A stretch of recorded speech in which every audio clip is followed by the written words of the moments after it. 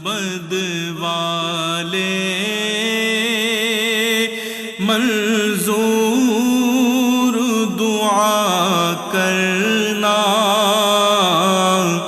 جب وقت نزاع خودی کا سر نہا لا الہ الا اللہ، خودی ہے تیغ فساں لا الہ الا اللہ۔ یہ دور اپنے براہیم کی تلاش میں ہے، صنم کدا ہے جہاں لا الہ الا اللہ۔ کیا ہے تو نے متاع غرور کا سودا، فریب سود و زیاں لا الہ الا اللہ۔ یہ نغمہ فصل گل و لالہ کا نہیں پابند، بہار ہو کہ خزاں لا الہ الا اللہ۔ اگرچہ بت ہیں جماعت کی آستینوں میں، مجھے ہے حکم اذاں لا الہ الا اللہ۔ الحمدللہ رب العالمین والصلاة والسلام علی سید الانبیاء والمرسلین۔ ناظرین محترم، السلام علیکم ورحمۃ اللہ وبرکاتہ۔ میں ہوں آپ کا میزبان سمیر احمد، اور آپ ملاحظہ کر رہے ہیں خصوصی محفل درس قرآن بسلسلہ سالانہ برسی حاجی محمد یعقوب ولی گاندھی رحمۃ اللہ تعالی علیہ۔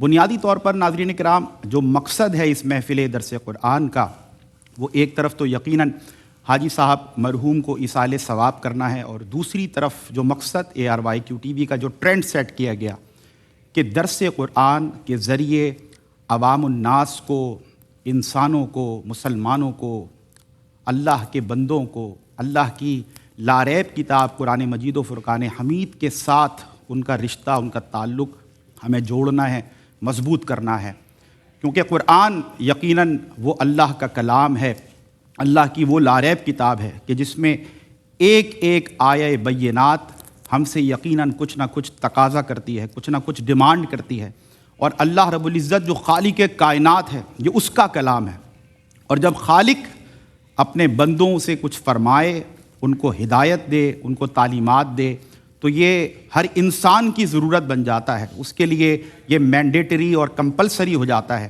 کہ وہ یہ ضرور جانے کہ آیا اللہ رب العزت اپنی لاریب کتاب قرآن مجید و فرقان حمید میں ہم سے کیا ارشاد فرما رہا ہے۔ تو ہم یہ ٹرینڈ سیٹ کر چکے ARYQ TV کو یہ کریڈٹ جاتا ہے الحمدللہ۔ قبلہ حاجی محمد یعقوب ولی گاندھی رحمۃ اللہ تعالی علیہ کی شخصیت کو آج ہم خراج عقیدت بھی پیش کریں گے، جو آپ کی خدمت دین کے حوالے سے، خدمت انسانیت کے حوالے سے جو آپ کی گراں قدر خدمات ہیں، یقیناً ان کو ہم سلام عقیدت بھی پیش کرتے ہیں۔ اور ایک میسج بھی یہ درس قرآن کی محفل ہے ان تمام والدین کے لیے۔ آج آپ دیکھیں کہ قبلہ حاجی صاحب حاجی محمد یعقوب ولی گاندھی رحمۃ اللہ تعالی علیہ وہ اس انداز سے اپنی آل اولاد کی تربیت کرتے ہوئے، اس مشن کو اسی طرح جاری رکھتے ہوئے اس دنیا فانی سے گئے کہ آج ان کی اولاد الحمدللہ اس مشن پر قائم نظر آتی ہے۔ اور یقیناً جو حاجی محمد یعقوب ولی گاندھی رحمۃ اللہ تعالی علیہ نے جو ٹرینڈ سیٹ کیا، جو مشن سیٹ کیا، جو ڈیسٹینیشن وہ بتا کے گئے، تو آل اولاد کی تربیت بھی اس انداز سے کی، چاہے وہ خدمت دین کی بات ہو، خدمت انسانیت کی بات ہو۔ آج آپ دیکھیں حاجی عبدالرؤوف صاحب ہوں، ہمارے ARYQ TV کے چیئرمین ہیں، حاجی جان محمد صاحب ہوں، حاجی اقبال صاحب ہوں، اور پھر میں ضرور ذکر کرنا چاہوں گا حاجی عبدالرزاق یعقوب رحمۃ اللہ تعالی علیہ۔ تا دم آخر آپ نے اپنے والد صاحب کے مشن کو زندہ رکھا، اور آج یہ سمجھ لیں کہ انہی کڑیوں میں ایک کڑی ہے کہ جو ARYQ TV کے ذریعے 24/7 پوری دنیا میں جو دین کی روشنی پھیل رہی ہے، یقیناً یہ اسی مشن کا حصہ ہے، اور اسی کا ایک مائل سٹون ہے جو الحمدللہ بحسن خوبی جاری و ساری ہے۔ اور میں وہ تمام والدین جو اس وقت یہ پروگرام، یہ محفل درس قرآن ملاحظہ کر رہے ہیں، ان سے بھی یہ گزارش کرنا چاہتا ہوں کہ آپ اپنے بچوں کو عصری علوم ضرور دیں، ان کو سکھائیں، جتنا آپ سکھا سکتے ہیں ضرور سکھائیں، لیکن جو علم ہے دین کا، اس قدر آشنائی ضروری ہے ہر بچے کے لیے، اس قدر دینی علوم حاصل کرنا ان کے لیے ضروری ہے، اتنی تربیت ان کی ضرور کر کے جائیں کہ جب آپ اس دنیا سے جائیں تو آپ کی آل اولاد اپنے نیک اعمال کے ذریعے، نیک افعال کے ذریعے، نیک کاموں کے ذریعے آپ کے لیے صدقہ جاریہ بن سکے۔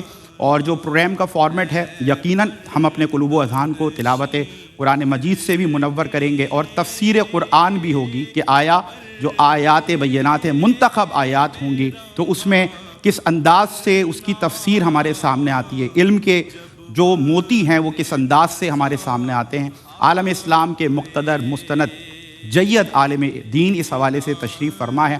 کسی تعارف کے آپ محتاج نہیں ہیں. شیخ الحدیث استاذ العلماء حضرت علامہ مولانا مفتی محمد احسن نوید نیازی صاحب، السلام علیکم ورحمۃ اللہ. وعلیکم السلام ورحمۃ اللہ وبرکاتہ. خیر مقدم مفتی صاحب، آپ کا خیریت؟ اللہ شکر، اور خیریت سے آپ؟ الحمدللہ رب العالمین. جزاک اللہ.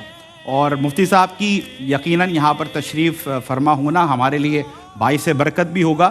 اور میں یہ ضرور کہنا چاہتا ہوں بلا مبالغہ، اللہ رب العزت نے یقیناً لوگوں کو، انسانوں کو مختلف ایبیلٹیز سے، صلاحیتوں سے نوازا ہے. لیکن مفتی صاحب کی اگر میں بات کروں بلا مبالغہ کہ جس انداز سے اتنا اسپونٹینیسلی، اتنا ایکسٹمپور گفتگو کرنا قرآن و حدیث کے ریفرنس کے ساتھ اور اتنے کنیکٹیوٹی کے ساتھ، اتنے فلو کے ساتھ، یہ ورسٹیلٹی بہت کم لوگوں میں ہوتی ہے. تو سر میں دل کی اتھا گہرائیوں سے آپ کو مبارکباد پیش کرتا ہوں اور دعا گو ہوں کہ جتنی خدمت آپ کی دین کے حوالے سے بالخصوص ARYQ TV کے ذریعے پوری دنیا میں جس انداز سے آپ علم کی روشنی پھیلا رہے ہیں، اللہ تعالیٰ آپ کو جزائے خیر عطا فرمائے.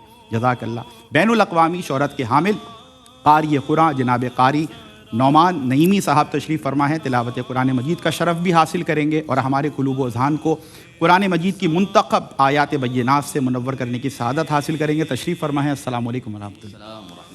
اور اب سے کچھ دیر بعد آسمان نعت کے تابندہ ستارے بھی یہاں موجود ہوں گے جو بارگاہ رسالت مآب صلی اللہ علیہ وسلم میں گلہائے عقیدت پیش کرنے کی سعادت حاصل کریں گے، جن میں یقیناً الحاج محمد عامر فیاضی صاحب بھی ہیں اور اس کے ساتھ ساتھ الحاج محمود الحسن اشرفی صاحب بھی انشاءاللہ وہ بھی تشریف فرما ہوں گے اس محفل میں.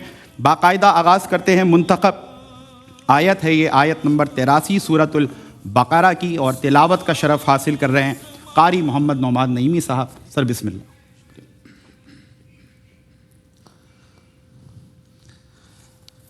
أعوذ بالله من الشيطان الرجيم.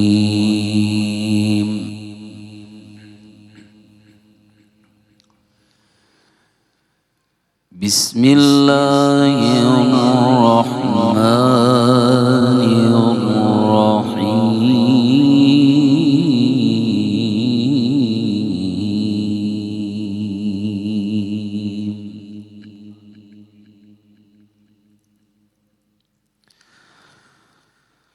وَإِذْ أَخَذْنَا مِيثَاقَ بَنِي إِسْرَائِيلَ لَا تَعْبُدُونَ إِلَّا اللَّهَ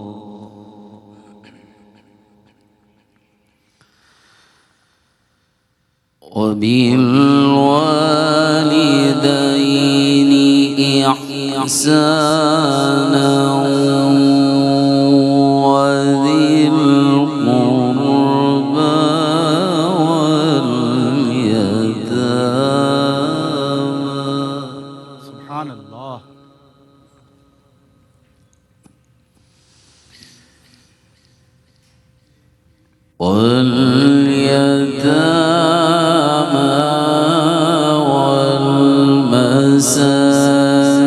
والمساكين وقولوا للناس حسنا. سبحان اللہ.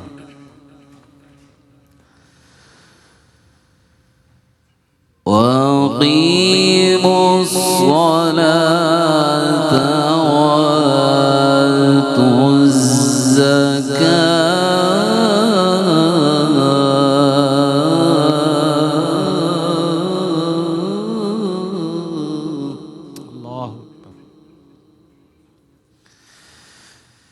بسم الله الرحمن الرحيم. وإذ أخذنا ميثاق بني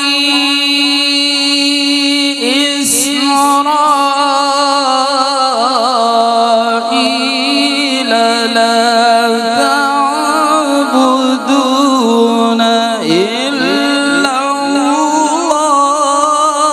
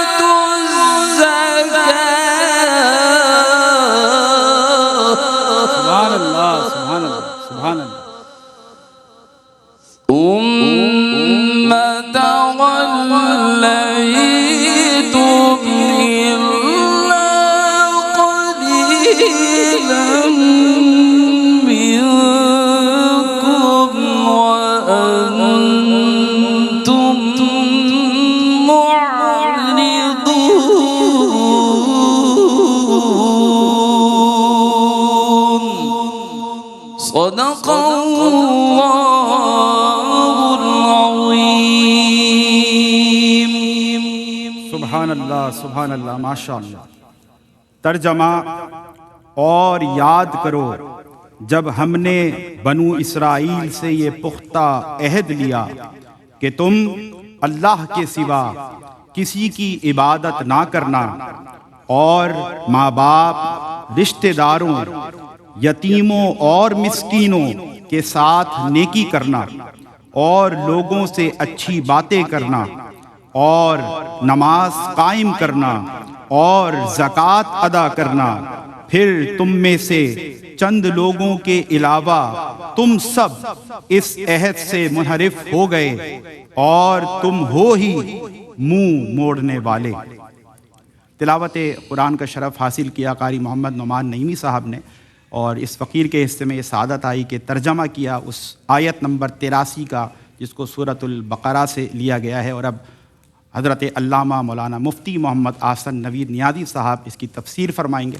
سر بسم اللہ۔ بسم اللہ الرحمن الرحیم، صلی اللہ علیہ حبیب محمد وعلی آلہ وصحبہ وبارک وسلم۔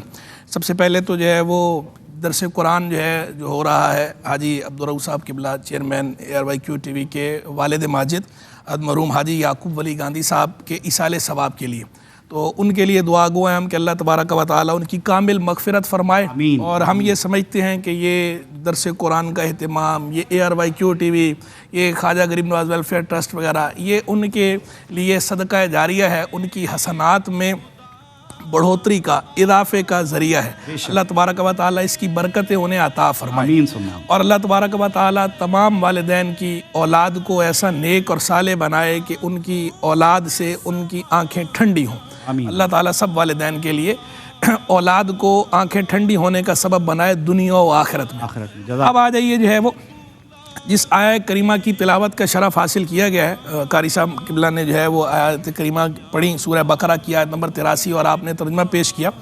تو پہلے تو میں جو ہے وہ اس کا ایک جنرل مفہوم ذکر کر دیتا ہوں۔ جنرل مفہوم سے پہلے ایک موٹی سی بات بتا دیتا ہوں انفارمیٹیو سورہ بقرہ کے حوالے سے، پھر اس کے بعد جو ہے وہ اس آیت کی تشریح کی طرف آتا ہوں، ترجمہ اور مفہوم جو ہے اس کا تحلیل اور تجزیہ کرتا ہوں۔ دیکھیں سورہ بقرہ جو ہے وہ سورہ بقرہ مدنی آیت ہے، یعنی مدنیہ صورت ہے۔ میں پہلے بھی کئی دفعہ بتا چکا ہوں کہ یہ جو مکی اور مدنی صورتوں کی ترتیب ہے، اس حوالے سے تقسیم میں، اس گریڈنگ میں اس کی تشریح کیا ہے، اس حوالے سے مختلف اقوال ہیں۔ 3 اقوال عام طور پر ہیں، لیکن جو راجح قول ہے وہ قول یہ ہے کہ جو صورت ہجرت مدینہ سے پہلے نازل ہوئی وہ صورت کہلاتی ہے مکیہ، جو صورت نازل ہوئی ہجرت مدینہ کے بعد وہ کہلاتی ہے مدنیہ، یعنی اس کا خطے کے ساتھ، بلد کے ساتھ تعلق نہیں ہے، مکہ مکرمہ میں نازل ہونے کے ساتھ تعلق نہیں ہے، نہ ہی مدینہ منورہ میں نازل ہونے کے ساتھ تعلق ہے۔ ہجرت مدینہ سے پہلے جو صورت نازل ہوئی مکہ مکرمہ میں نازل ہوئی ہو یا مکہ مکرمہ سے باہر کسی مقام پر نازل ہوئی ہو، بہرحال وہ مکی صورت کہلاتی ہے۔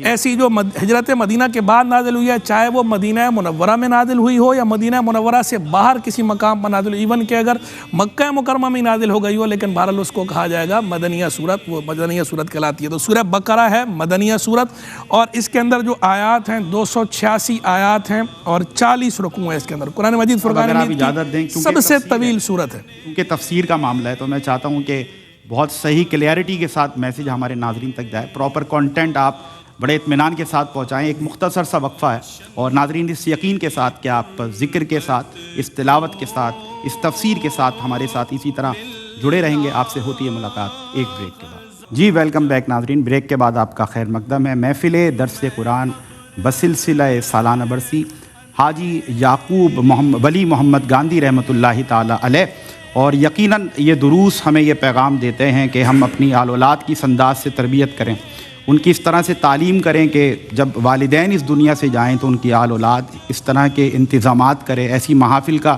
انعقاد کرے، ایسے نیک کام جاری رکھے کہ وہ اپنے والدین کو ایصال ثواب کر سکے۔ ہماری دعا ہے کہ جتنے والدین یہ پروگرام دیکھ رہے ہیں ان کے بچوں کو، ان کی اولاد کو اللہ رب العزت یہ توفیق عطا فرمائے کہ وہ اپنے والدین کے لیے صدقہ جاریہ بن سکیں۔ بریک سے قبل آپ ملاحظہ کر رہے تھے، تفسیر بیان فرما رہے تھے مفتی محمد احسن نوید نیازی صاحب، سورۃ البقرہ آیت نمبر 83 کی۔ سر بسم اللہ۔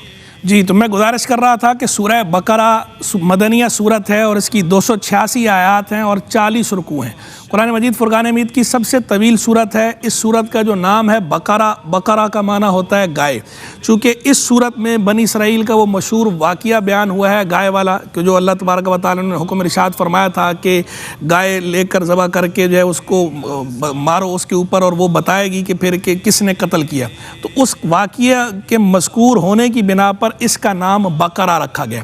اور یہ جو صورتوں کے نام ہیں یہ سارے نام بھی توقیفی ہیں، یعنی یہ نام بھی اللہ کے محبوب علیہ السلام نے تعلیم فرمائے تھے صورتوں کے جو نام رکھے گئے۔ یہ صورت بڑی ہی باعث برکت صورت ہے، اور ایک بہت بڑی برکت اس کی یہ بھی ہے، ویسے تو قرآن سارے کا سارا ہی سبحان اللہ، اور اس کی معنوی برکتیں تو اپنی جگہ پر، ہر اعتبار سے اس کا شفا ہونا اپنی جگہ پر، ایک بڑی مشہور اس کی برکت جو مشائخ کا مجرب بھی ہے کہ یہ اثرات کے لیے گھر کے اندر پڑھنا سورہ بقرہ کو، سورہ بقرہ کی تلاوت کرنا، یہ اثرات کے دفعیے کے لیے، برے اثرات چاہے وہ جادو کے اثرات ہوں، چاہے بندش کے ہوں، چاہے جنوں کے اثرات ہوں، ان کے توڑ کے لیے سورہ بقرہ بہترین صورت ہے۔ آپ قرآن مجید فرقان حمید کی سورہ بقرہ کا گھر میں پڑھنے کا اہتمام کیا کریں، خود پڑھیں تو زیادہ اچھا ہے، نہیں تو آپ کسی سے سن بھی سکتے ہیں، اور اگر سننے والا بھی کوئی نہیں ہے اور خود آپ کو اتنی ہمت یا چاقو چوبند نہیں ہے، اس وقت تھکاوٹ ہو رہی ہے، تو آپ جو ہے یوٹیوب سے کسی اچھے اور بہترین قاری قرآن جو ہے ان کی تلاوت لگا لیں سورہ بقرہ کی، گھر کے اندر سورہ بقرہ کی تلاوت کی جو آواز گونجے گی وہ بھی باعث برکت ہے، اللہ تبارک و تعالیٰ کی رحمت نازل ہونے کا سبب بنتا ہے قرآن مجید فرقان۔ تو لہذا سورہ بقرہ بہترین ہے۔ لوگ اس کے لیے ادھر ادھر گھومتے رہتے ہیں، پریشان ہوتے ہیں کہ ہمیں جو ہے نا جادو کر دیا کسی نے، جناب جن ہو گئے، عصیب ہے، بندش ہے۔ قرآن مجید فرقان حمید بہترین علاج ہے، بہترین توڑ ہے اس طرح کے تمام برے اثرات کا۔ تو قرآن کے ساتھ اپنا تعلق مضبوط کیجیے۔ اب آ جائیے سورہ بقرہ کی اس آیت کی طرف۔ یہ سورہ بقرہ کی آیت نمبر 83 ہے۔ اس میں اللہ تبارک و تعالیٰ بنیادی طور پر بنو اسرائیل کو مخاطب کر کے بتا رہا ہے، ان کو جھنجھوڑ رہا ہے کہ تم یاد کرو، تم سے ہم نے یہ وعدہ کیا تھا، تم سے یہ وعدہ لیا تھا، اور تم ہمارے ساتھ یہ وعدہ کر کے پھر مکر گئے۔ پھر اس کے بعد اگلی آیت کے اندر بھی وعدہ بیان فرمایا گیا کہ یاد کرو وہ کہ تم سے یہ وعدہ بھی ہم نے لیا تھا اور تم نے اس وعدے پر بھی عمل نہیں کیا۔ یعنی بنو اسرائیل کو یہ جتایا جا رہا ہے کہ آج تمہاری ذلت اور رسوائی جو ہو رہی ہے تو اس کا سبب تم خود ہو، تمہارے اپنے ہاتھوں کے کرتوت ہیں کہ ہم نے اپنے پیغمبروں کے ذریعے تم سے جو وعدے لیے تھے ان وعدوں کو تم نے نبھایا نہیں ہے، اس لیے تم ذلت اور رسوائی کا شکار ہو۔ یہ ہمارے لیے بھی میسج ہے کہ جس طرح بنو اسرائیل سے وعدہ لیا کہ انہوں نے پورا نہیں کیا، تو ہمیں بھی اپنے آپ کو دیکھنے کی اور اپنا حال ٹٹولنے کی ضرورت ہے کہ ہم دیکھیں کہ آیا ہم نے جو وعدے کیے ہیں اپنے پیغمبر کے ساتھ، اپنے آقا و مولا صلی اللہ تعالی علیہ وآلہ وسلم کے ساتھ، تو ہم پورے کر رہے ہیں یا نہیں کر رہے۔ اور آج ہمیں یہ جو ظاہری طور پر ناکامی نظر آ رہی ہے، اس ناکامی کی ایک بڑی وجہ یہی ان وعدوں کا وفا نہ کرنا ہے کہ جس طرح یہ وعدے ان سے لیے گئے تھے تو یہ وعدے ہم سے بھی لیے گئے ہیں۔ یہ جو آیت ہے اس کا انتخاب بھی اسی لیے کیا گیا ہے کہ یہ بنو اسرائیل سے بھی وعدے لیے گئے تھے اور یہ وعدے ہم سے بھی لیے گئے ہیں۔ بطور مسلمان ہم بھی پابند ہیں ان امور کے جن امور کا اس آیت میں بیان ہو رہا ہے۔ آیت کے اندر بیان کیا ہو رہا ہے؟ پہلی بات اللہ تبارک و تعالیٰ نے یہ ارشاد فرمائی ہے کہ بنو اسرائیل سے ہم نے وعدہ لیا، یاد کرو جب ہم نے وعدہ لیا کہ لا تعبدون الا اللہ، کہ اللہ کے سوا کسی کی عبادت نہ کرنا، یعنی شرک نہیں کرنا۔ توحید کا وعدہ ان سے لیا گیا ہے، اللہ تبارک و تعالیٰ ہی کی عبادت کرنی ہے اور کسی کی عبادت نہیں کرنی، اور اللہ کی عبادت بھی کرنی ہے۔ یعنی دو پہلو ہیں، ایک پہلو یہ نہیں کہ اللہ کے سوا کسی کی نہیں کرنی کا یہ مطلب نہیں ہے کہ اللہ کی عبادت بھی نہیں کرنی، کہ جیسے بعض لوگ ایسے ہیں کہ وہ اللہ کے سوا تو کسی کی عبادت نہیں کر رہے لیکن اللہ کی عبادت بھی نہیں کر رہے۔ تو یہ مقصود نہیں ہے، بلکہ یہ سمجھانا مقصود ہے کہ صرف اللہ ہی کی عبادت کرنی ہے، یعنی عبادت بھی کرنی ہے اور صرف اللہ کی عبادت کرنی ہے، اللہ کے ساتھ کسی کو شریک نہیں ٹھہرانا، شرک سے بچنا ہے، کفر سے بچنا ہے، اور عبادت کو اختیار کرنا ہے، خدائے واحد کی عبادت کرنی ہے۔ پھر اس کے بعد اگلی بات یہ ارشاد فرمائی گئی وبالوالدین احسانا، والدین کے ساتھ بھلائی سے پیش آنا، ان کے ساتھ احسان کرنا۔ پھر اس سے اگلی بات فرمائی وذل قربا، اور رشتہ داروں کے ساتھ احسان کرنا۔ پھر اگلی بات فرمائی والیتامی والمساکین، اور یتیموں اور مسکینوں کے ساتھ حسن سلوک سے پیش آنا، ان کے ساتھ بھی بھلائی کرنا، ان کے ساتھ بھی نیکی کرنا۔ پھر آگے فرمایا وقولوا للناس حسنا، اور لوگوں سے اچھی بات کہنا، گفتگو اچھی کرنی ہے۔ پھر فرمایا واقیموا الصلاۃ نماز قائم کرنا، پھر فرمایا وآتوا الزکاۃ زکوٰۃ دینا۔ یہ وعدے اللہ تبارک و تعالی نے لیے تھے بنو اسرائیل سے، اور یہ وعدے ہم سے بھی لیے گئے ہیں۔ ہم بھی بطور مسلمان حضور جان عالم صلی اللہ تعالی علیہ وآلہ وسلم کے امتی ہونے کے ناطے ان باتوں کے پابند ہیں۔ ہم نے بھی ان ساری باتوں پر عمل کرنا ہے، ہمارے لیے بھی یہ یاد دہانی ہے، یہ ہمارے لیے بھی ریمائنڈر ہے۔ پھر آگے اللہ تبارک و تعالی نے انہیں جھنجھوڑتے ہوئے فرمایا لیکن ثم تولیتم الا قلیلا منکم، تم میں سے سارے پھر گئے اپنے اس وعدے سے سوا چند کے، کہ چند نے عمل کیا باقی سارے پھر گئے۔ وانتم معرضون، اور تم تو ہو ہی اعراض کرنے والے، تم تو ہو ہی روح گردانی کرنے والے، منہ موڑنے والے۔ یہ ان کو جھنجھوڑا جا رہا ہے۔ اب دیکھیے اس آیت کے اندر جو ہے، اس آیت کے اندر پہلی بات دیکھیں اللہ کی عبادت کی بات ہوئی کہ یعنی توحید کو مضبوطی سے پکڑنا ہے، شرک نہیں کرنا۔ ان الشرک لظلم عظیم، بے شک شرک ظلم عظیم ہے۔ تو شرک سے بچنا ہے، عبادت کرنی ہے، ضرور کرنی ہے، اور صرف اللہ ہی کی عبادت کرنی ہے۔ اس کے بعد اگلی بات فرمائی ہے وَبِالْوَالِدَيْنِ احسانا، اور والدین سے حسن سلوک کرنا ہے، والدین سے بھلائی سے پیش آنا ہے۔ یہ آیت کریمہ کا ٹکڑا وَبِالْوَالِدَيْنِ احسانا، یہ قرآن مجید فرقان حمید برہان رشید میں 4 جگہوں پر ہے۔ ایک یہ سورہ بقرہ میں، پھر سورہ نساء کے اندر بھی آیا ہے، سورہ انعام میں بھی آیا ہے، سورہ اسراء جسے سورہ بنی اسرائیل بھی کہا جاتا ہے اس میں بھی آیا ہے۔ 4 مقامات پہ اللہ تبارک و تعالی نے یہ بات فرمائی ہے وَبِالْوَالِدَيْنِ احسانا، والدین سے احسان کرنا، اور چاروں جگہ اس طرح بیان کی ہے کہ پہلے اللہ تعالی نے یہ فرمایا کہ اللہ کے سوا کسی کی عبادت نہ کرنا، 2 مقامات پر یہ ہے، اور 2 مقامات پر یہ ہے کہ اللہ کا شریک نہ ٹھہرانا، اور والدین کے ساتھ احسان سے پیش آنا۔ یعنی پہلے اللہ نے اپنی توحید کی بات کی، شرک سے بچنے کی بات کی، اور اس کے ساتھ متصلی والدین کا ذکر کر کے فرمایا والدین سے احسان کرنا، حسن سلوک سے پیش آنا۔ پتہ چلا والدین سے حسن سلوک کی اہمیت کیسی ہے کہ اللہ تبارک و تعالی اپنی توحید کے بعد پہلے توحید کا ذکر کر رہے ہیں، اور اس کے ساتھ ملا کر جس نیکی کا حکم ارشاد فرما رہا ہے وہ والدین کے ساتھ نیکی ہے۔ اس کی ایسی اہمیت ہے، ایسی سگنیفیکنس ہے، ایسی امپورٹنس ہے، اور ساتھ ملایا کیوں جا رہا ہے؟ ملانے کی بھی ایک لطیف حکمت ہے۔ وہ لطیف حکمت یہ ہے کہ بندے کی تخلیق کا حقیقی سبب کون ہے؟ اللہ تبارک و تعالی۔ اور یہ جو دنیا ہے یہ عالم شہادت ہے، عالم اسباب ہے، اس میں ظاہری طور پر سبب کون ہے؟ ماں باپ۔